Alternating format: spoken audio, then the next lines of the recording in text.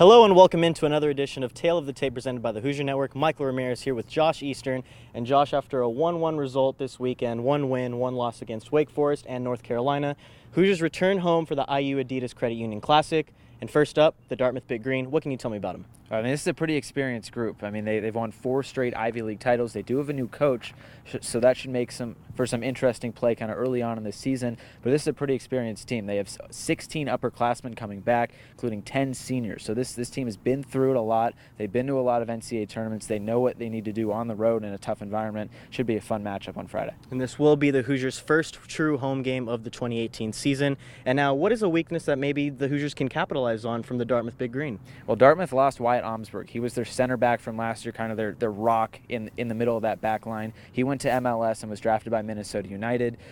So I think Indiana could potentially find some weaknesses there. This is their first game. They played an exhibition game last weekend against Southern New Hampshire, but this is their first kind of real test, and there's no bigger test than going on the road to number 6 Indiana, so it should be interesting. Now, looking at the Big Green, what is one player that truly stands out to you from their squad? Iduvi Ikota. He comes in. He was their leading goal scorer from last year. He has 8 goals, or he had 8 goals last season, 3 assists as well. He is a guy in that front line that could really give Indiana a lot of trouble. But they have a lot of different playmakers, and there are a lot of really good athletes on this team. They have a triple jumper, Justin Danawa. He's just a great athlete. They have just some good players on this team.